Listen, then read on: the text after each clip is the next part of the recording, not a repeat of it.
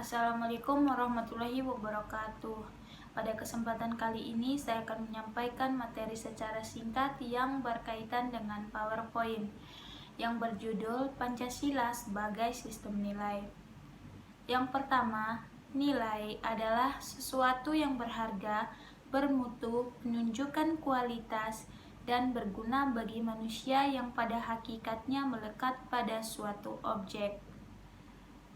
Menilai berarti menimbang, artinya suatu kegiatan manusia untuk menghubungkan dengan sesuatu yang lain.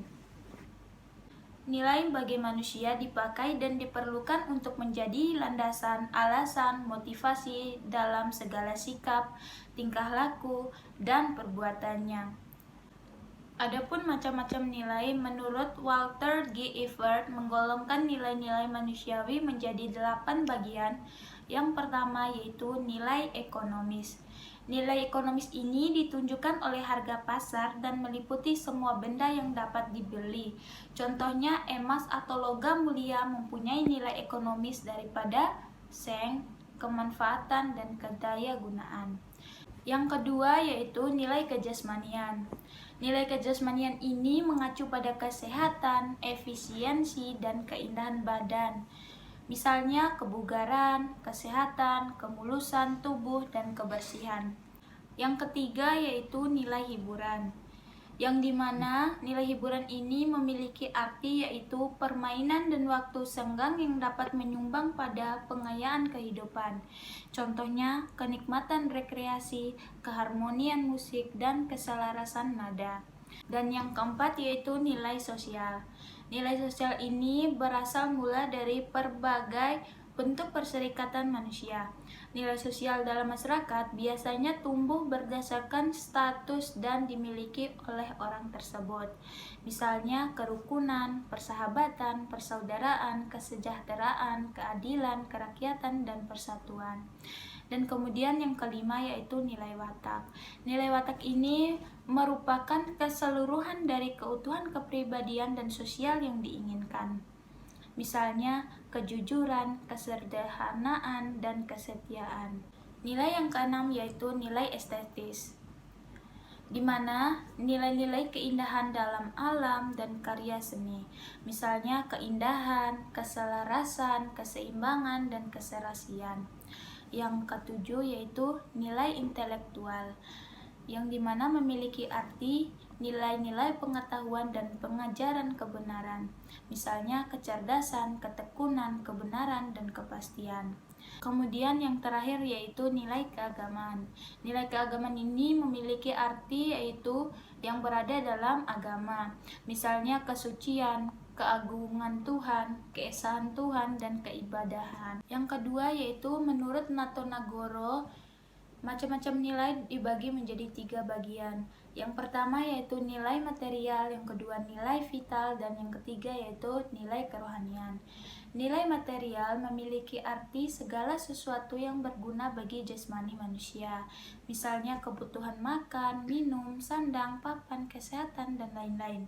Nilai vital, yaitu segala sesuatu yang berguna bagi manusia untuk dapat mengadakan kegiatan atau aktivitas. Misalnya semangat, kemauan, kerja keras, dan ketekunan. Dan yang terakhir yaitu nilai kerohanian, yaitu segala sesuatu yang berguna bagi rohani manusia. Nilai kerohanian dapat dibedakan menjadi 4 bagian. Yang pertama nilai kebenaran, yang kedua nilai keindahan atau nilai estetis, yang ketiga nilai kebaikan atau nilai moral, dan yang keempat yaitu nilai religius. Kemudian selanjutnya yaitu jenis-jenis nilai. Yang pertama yaitu nilai dasar.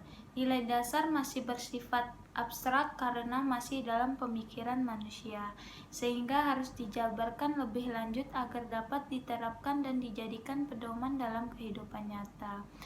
Dalam konteks hidup bernegara, Pancasila sebagai dasar negara dan asas kerohanian negara menjadi nilai dasar.